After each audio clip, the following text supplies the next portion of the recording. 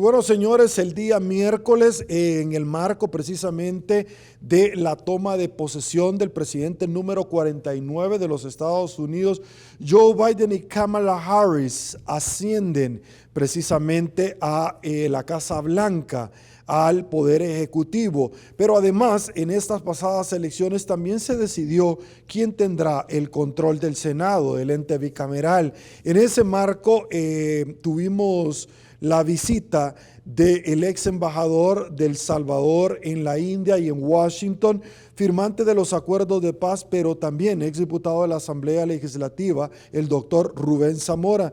Nos estuvo acompañando también el politólogo y experto en temas de migración, Napoleón Campos, y el ex embajador de El Salvador en Washington por más de 15 años, negociador internacional y ex viceministro de Economía, el licenciado René León.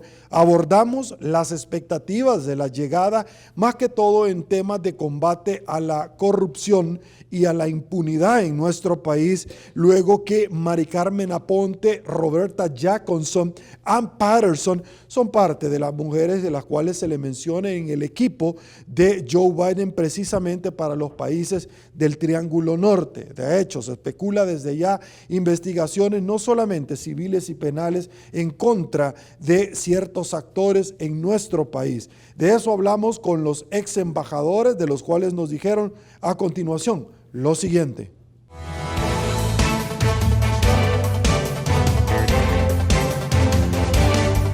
Esta mañana en Al Punto con Sergio Méndez.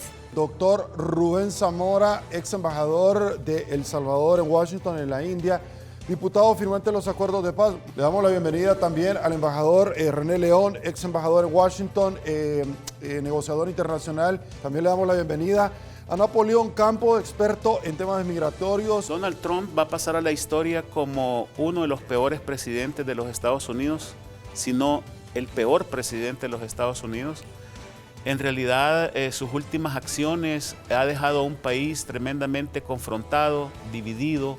Ha dejado a un país, Sergio, creo yo, que va a costar que pueda resolver las heridas del divisionismo que él ha creado con todas sus, digamos, posiciones antidemocráticas, autoritarias, con la última toma del Congreso que ha sido prácticamente calificada como una insurrección. En estos últimos meses ya vimos cómo el nuevo presupuesto de los Estados Unidos, creo que es una primera o segunda vez que explícitamente establece normas para la cooperación de los Estados Unidos con El Salvador, Guatemala y Honduras, el famoso Triángulo Norte.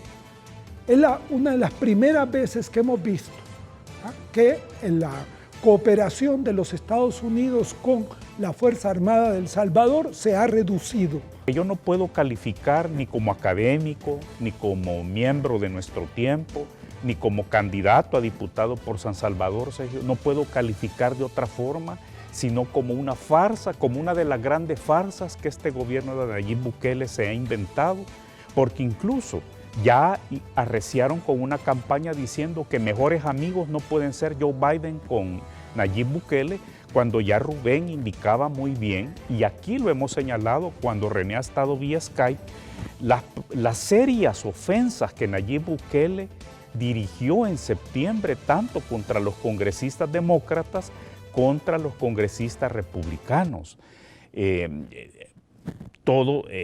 Por el lado demócrata, personas que ahora en la legislatura que ya arrancó, Sergio, son personas de enorme influencia, y creo que aquí ya señalábamos que el nuevo presidente del influyente, del poderosísimo Comité de Relaciones Exteriores de la Cámara de Representantes, Gregory Meeks, ¿verdad?, fue uno de los firmantes de la carta de los congresistas demócratas en septiembre. Entonces, es muy importante lo que Rubén señala, que creo que todo el mundo sensato lo está señalando desde El Salvador, que es El Salvador, el gobierno de Nayib Bukele, el llamado a la rectificación.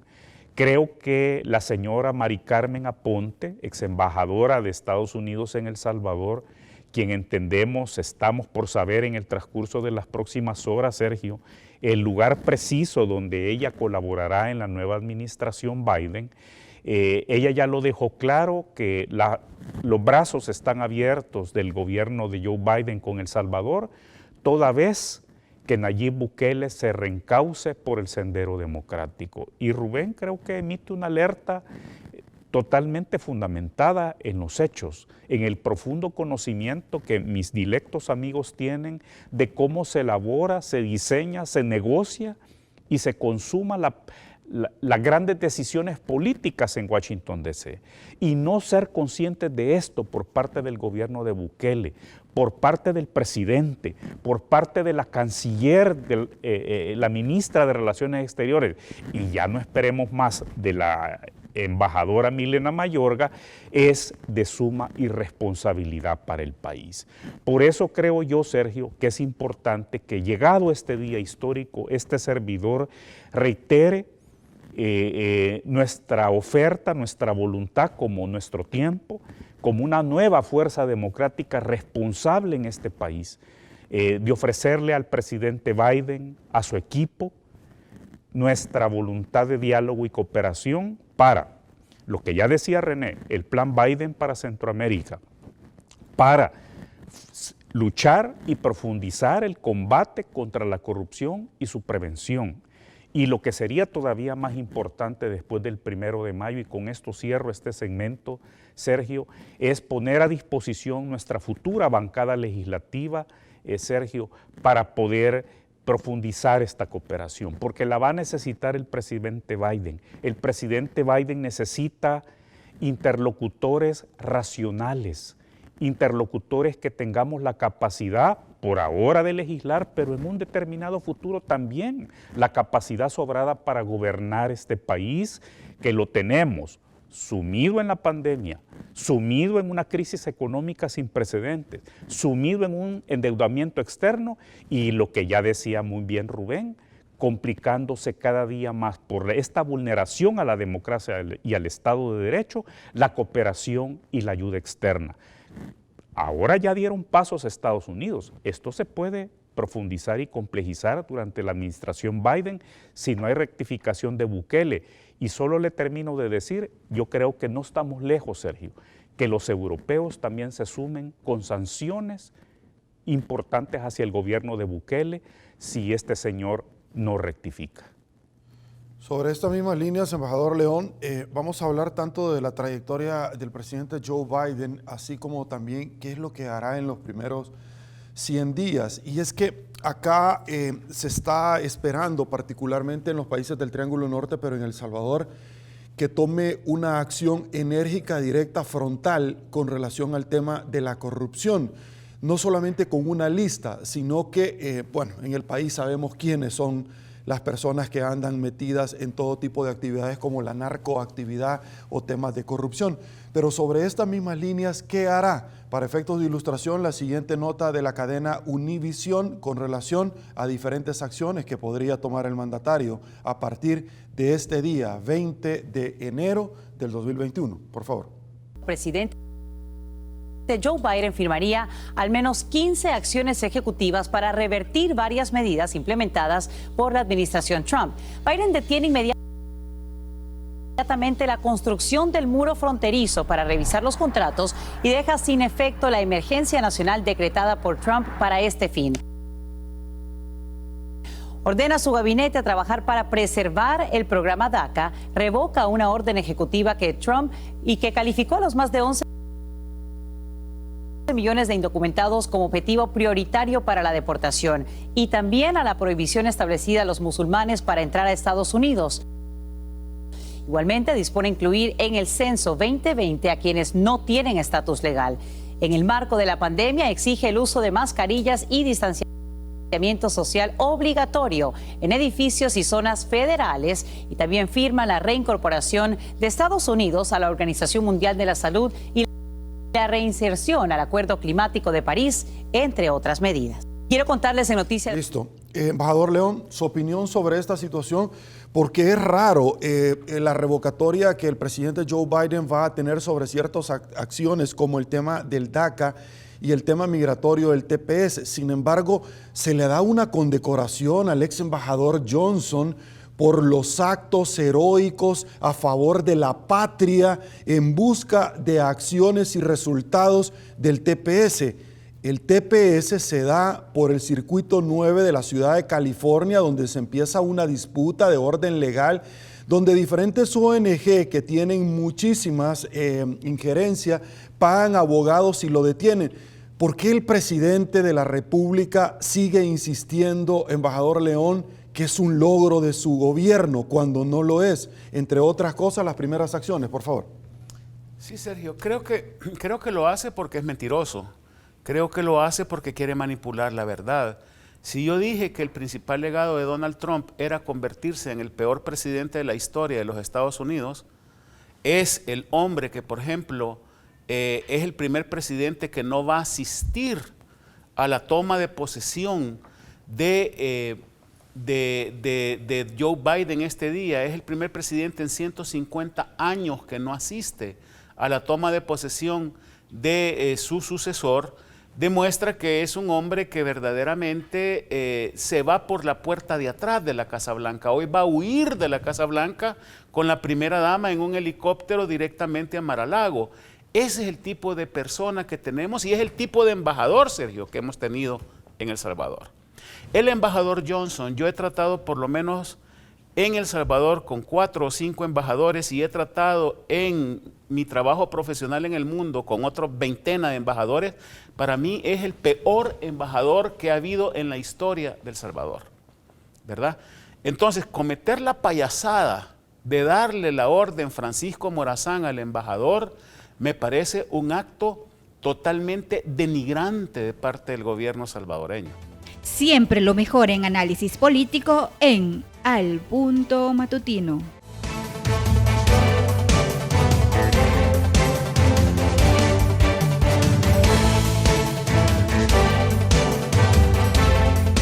El día jueves, más que esperado, en Mañana de Jueves de Análisis, estuvieron con nosotros la licenciada Julia Evelyn Martínez, Luisa Moncada y Carmen Rodríguez, abordando precisamente los acontecimientos que se han dado luego de la toma de posesión de Joe Biden y Kamala Harris, las expectativas y particularmente de El Salvador en temas de migración, la noticia donde el muro que divide tanto Estados Unidos que estaba construyendo Donald Trump con México ya no va más. Pero no se hablan de muros físicos, se hablan de muros mentales que el mandatario saliente puso con los ciudadanos norteamericanos, el odio, el conflicto que sembró y por supuesto los sendos procesos de los cuales estará afrontando tanto penales y civiles en los próximos días. Hablamos de todo, absolutamente de todo. A continuación se lo presentamos.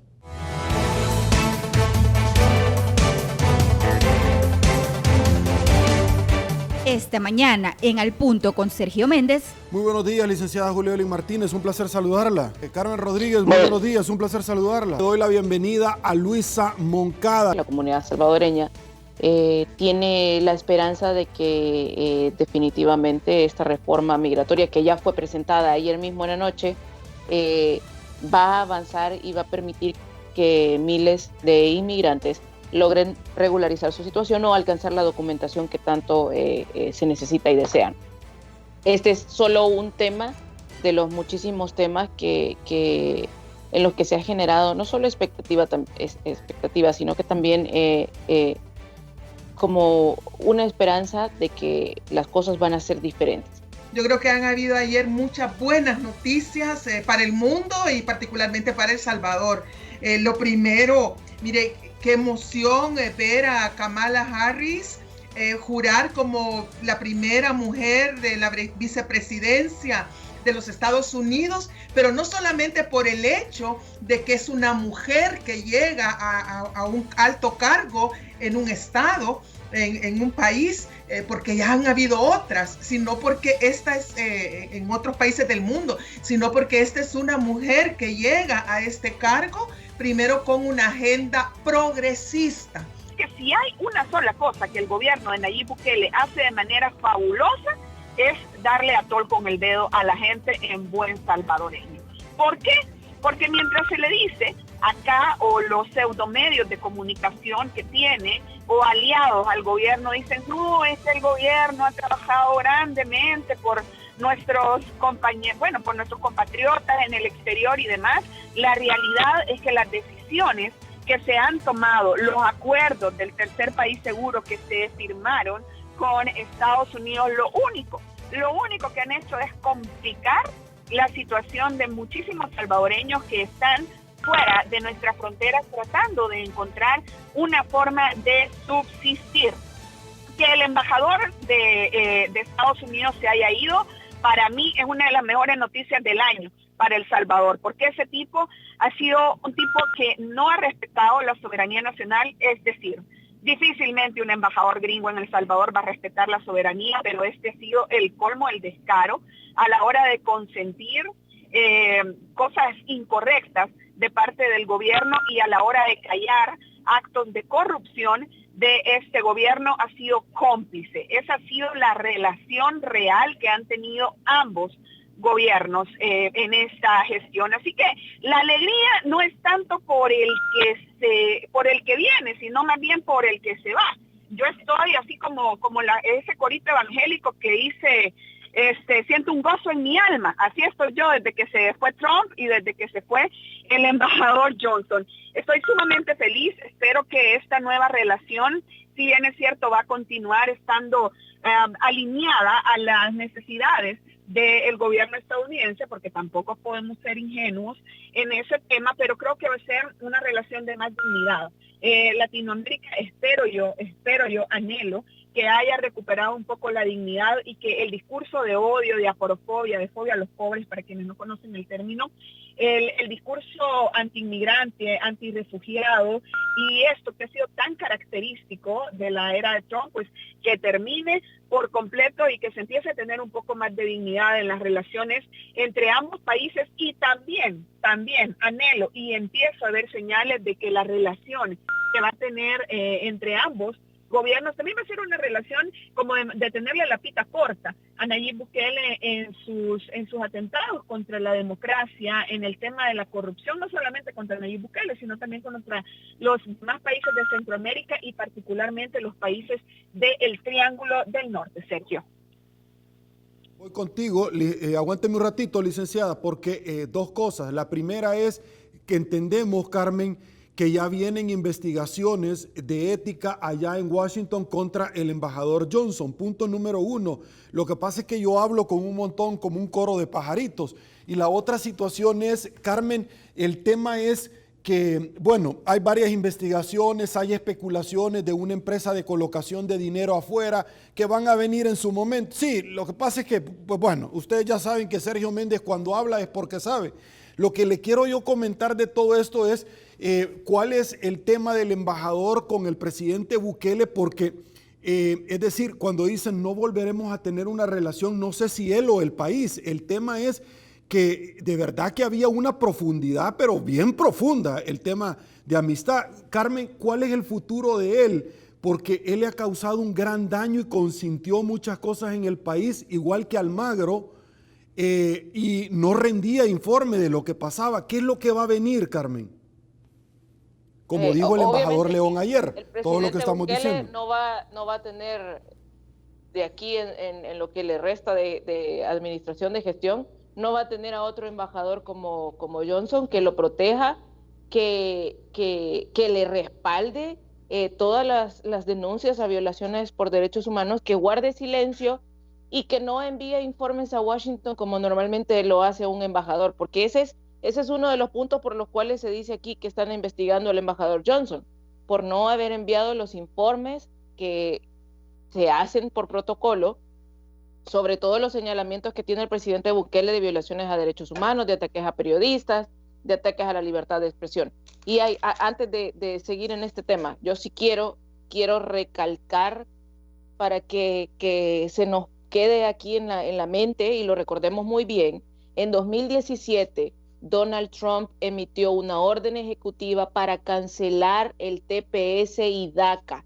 Estos dos programas benefician a 450,000 salvadoreños que dejaron el país y que tienen más de 20 años de vivir aquí en Estados Unidos. Donald Trump, sin consultarle a su amigo Bukele, sin preguntarle a ningún otro presidente, sin preguntar absolutamente nada, sin hacer un estudio de cuál sería el impacto para Estados Unidos y para los países del Triángulo del Norte de la cancelación de este programa, él canceló el TPS. En 2016, un grupo de salvadoreños empezó a formar lo que ahora se llama Alianza Nacional TPS, que involucra a los salvadoreños, a los haitianos, a los hondureños, a los nepalíes, a los de Sudán, que son los beneficiarios del TPS y que se vieron afectados con la cancelación del programa.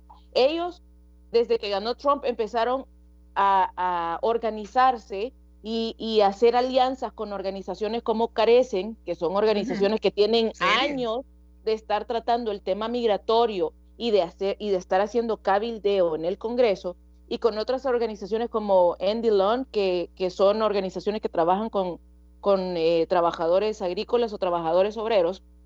Pues bueno, la Alianza TPS empezó a trabajar para hacerle frente a lo que se venía con la administración Trump. Ellos son la Alianza TPS y los tepecianos son los que llevaron el tema a la agenda nacional de Estados Unidos y a la agenda del Congreso.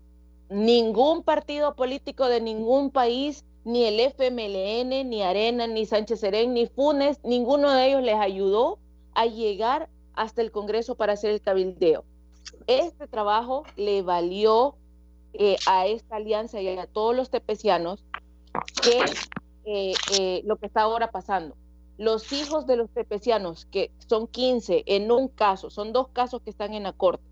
El caso Ramos Nielsen, que fue cuando se canceló el TPS, que es en contra de la primera secretaria del Departamento de Estado, Leslie Nielsen, y el siguiente caso en contra de Chad Wolf, que es el último secretario que renunció un día antes de que Trump dejara la Casa Blanca. Son 15 hijos de tepecianos y la mayoría de ellos son salvadoreños que pusieron las demandas como ciudadanos estadounidenses en contra de la orden administrativa que cancelaba el TPS. Por eso se paró la cancelación del TPS. Y a partir de estas demandas y de que la Corte dijo que el TPS no puede ser cancelado, es que la administración Trump llegó a un acuerdo con todos los tepecianos para extender el programa un año más. Aquí no hubo trabajo ni de Nayib Bukele, ni de Milena Mayorga, ni del embajador que estaba en funciones, ni del FMLN, ni de Arena, ni del PCN. Aquí no hubo trabajo de ningún político foráneo, porque todo el trabajo lo realizó la Alianza TPS y los salvadoreños tepecianos. Y esto se sabe aquí en Estados Unidos. Aquí no tiene nada que ver el gobierno de Bukele. Dicho esto, ahora, ¿qué va a pasar en este momento aquí? Es que ya lo mencioné al principio. La embajadora, en lugar de andarse tomando fotos en los edificios federales, debería estar buscando a la Alianza TPS, que son los que saben cuáles son los senadores en el Congreso que ya tienen no solo una reforma migratoria, tienen 2 más la que Biden presentó ayer. Hay en la mesa 3 reformas migratorias. 2 que presentaron entre 2016 y 2017 y la que presentó Biden ayer. Siempre lo mejor en análisis político en Al Punto Matutino.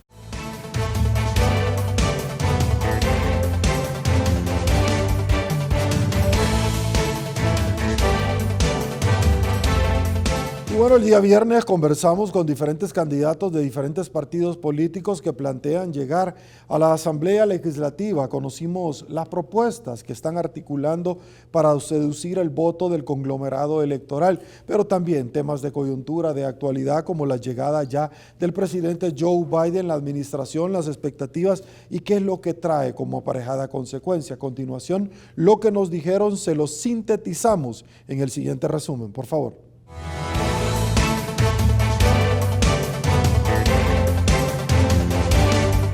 Esta mañana en Al Punto con Sergio Méndez. Roberto Ugarte, candidato a diputado PDC. Hernán Carrasco, representando como candidato a diputado del partido Vamos. Andy Feiler, candidato a diputado por el partido Nuestro Tiempo. José Antonio Castillo, candidato a diputado por el partido PCN. Bienvenido. Ley de protección y resguardo para la mujer con embarazo no deseado. que es una ley muy cercana a mi corazón. Yo he sido activista pro vida y antiaborto toda mi vida y es una ley que busca presentarle un resguardo integral a la mujer en situaciones de embarazo de riesgo o embarazos no deseados o embarazos por violencia sexual. Vamos a proveerle también de asistencia estatal y subsidios, así como asistencia psicológica, además de revisar la ley de adopciones y el Código Penal y Procesal Penal para endurecer las penas en temas de violencia sexual. El Estado se obligue con una política de protección a la familia, donde la familia tenga obviamente acceso a créditos para proyectos familiares a intereses bajos. Una de las medidas inmediatas, como ya lo venía mencionando, era quitarle el IVA a la canasta básica para que la familia, sobre todo después de toda esta pandemia, también tenga un poco de alivio económico, aunque sea que le quede un poco más de dinero de liquidez para que pueda enfrentar esta situación. Nosotros tenemos la Ley Especial de Ahorro y Austeridad. Esta ley le ahorra al Estado salvadoreño cerca de $200 millones que actualmente se gastan en privilegios de una clase política, en seguros médicos privados, vales de gasolina, teléfonos celulares, y lo que nosotros buscamos es tomar esos $200 millones, quitar esos privilegios y poner esos $200 millones en donde deberían de estar, en salud y en educación. O por ejemplo, nosotros también hablamos de congelar la partida 54305 del Ejecutivo, que contiene cerca de $10 millones que lo están malgastando en publicidad. La propuesta que yo tengo es la primera, continuar metiendo el tema de la lucha contra la corrupción. Podemos ver que la encuesta del día de ayer posiciona por primera vez en cuarto lugar el tema de la corrupción como uno de los problemas fundamentales que tiene el Estado salvadoreño. Esto no es nuevo, una corrupción que ha venido cambiando de partido, de color y de gobierno, pero que este es un tema muy importante que tiene que ver con el enriquecimiento ilícito de los funcionarios de gobierno. Asimismo, también el apoyo a la transparencia, hay que hacer una revisión de la ley LACAP y también darle más dientes al Instituto de Acceso a la Información Pública, de manera tal de que la información que tiene que ser pública le llegue a los ciudadanos, al contribuyente, y la información que debe ser privada se mantenga de la misma manera. Un legislador, cuando llega a la Asamblea Legislativa, tiene dos funciones bien importantes que hacer: legislar y representar. En este sentido, queremos representar también al gremio magisterial, que tiene problemas muy serios que tienen que ver con un escalafón salarial que no es creciente, sino que es decreciente, que tiene problemas también en el sistema de salud y que está enfrentando problemas de seguridad. El 100% de los maestros que han laborado en nuestras escuelas están siendo extorsionados, y de la misma forma también con el tema de pensiones de los maestros, en el sentido de que el maestro, en el momento tenemos más de 1,000 maestros que no pueden retirarse porque están ganando un poco más de $1,000, pero al retirarse estaría quedándole una pensión de $300. También queremos impulsar una ley especial de reforestación nacional. El tema del medio ambiente es un tema muy importante que está asociado también al parque cafetero, y en este sentido muchas de las propuestas que están orientadas al tema del agua tienen que ver con la reforestación de nuestro país o la deforestación que tiene nuestro país. El agua no va a caer por decreto, el agua no va a caer porque sea un derecho humano, el agua va a existir en la medida que tengamos reforestado nuestro país y que el manto acuífero pueda repotenciarse. De igual manera, vamos a continuar apoyando todos los esfuerzos de nuestros veteranos de guerra que defendieron la patria en el conflicto armado salvadoreño y el empoderamiento de nuestros compatriotas en el exterior. Es imposible que este sector tan importante de nuestra sociedad, que aporta más de $5,000 millones en remesas, no tenga ni siquiera garantizado el derecho constitucional al voto, y que en esta oportunidad se le ha negado, y es más o menos en esta línea que va a ir mi agenda de propuestas y representaciones en la Asamblea Legislativa. Temas de coyuntura, aguántenme un ratito, señores, porque tenemos muy buenos consejos con todos ustedes. Classic 57 Barber Shop es su mejor opción, ubicada en Centro Comercial La Joya, camino al Puerto de la Libertad. Classic 57 Barber Shop. Si usted quiere lucir, caballero, de altura en este 2021, es su mejor opción. Recuerde, tiene promociones para usted. Classic 57 Barber Shop.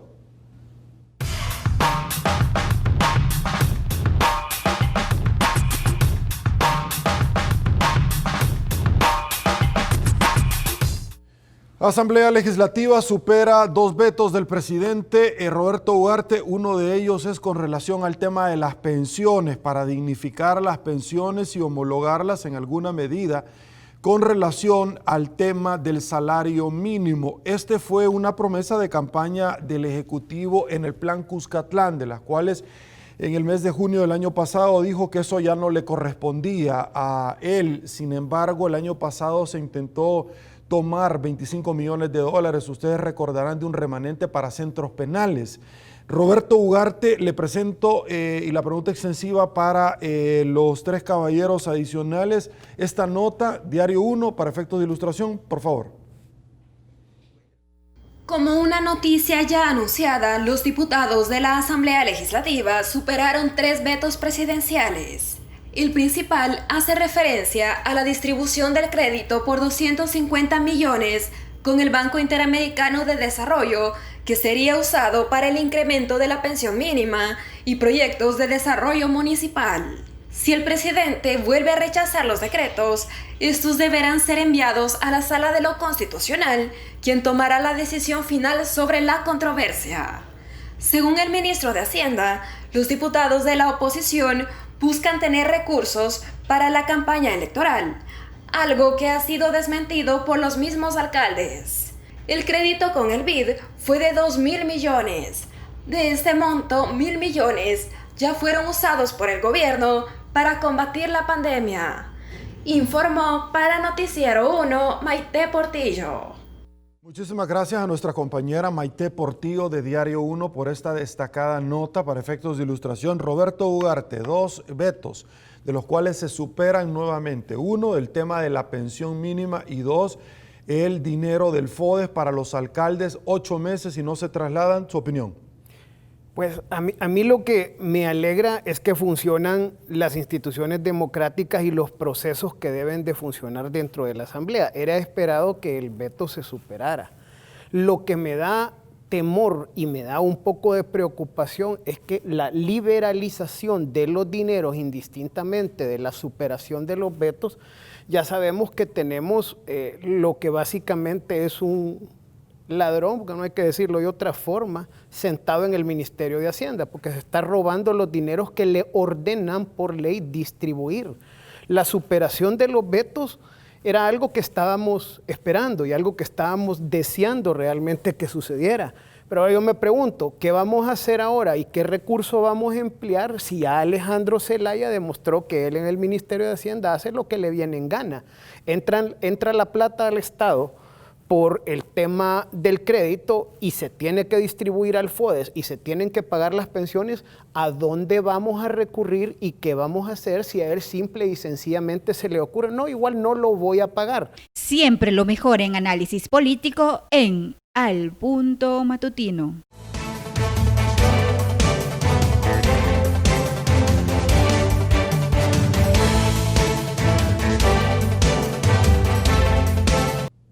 Y bueno, señores, así llegamos al final de este resumen que hemos preparado para todos ustedes, que esperamos, por supuesto, con producción que haya sido de su completo agrado. Nos vemos la próxima semana. La invitación es para que nos acompañen. Recuerde, de lunes a viernes, 6:30 a 8 de la mañana en Al Punto, con Sergio Méndez abordando temas de coyuntura, de actualidad.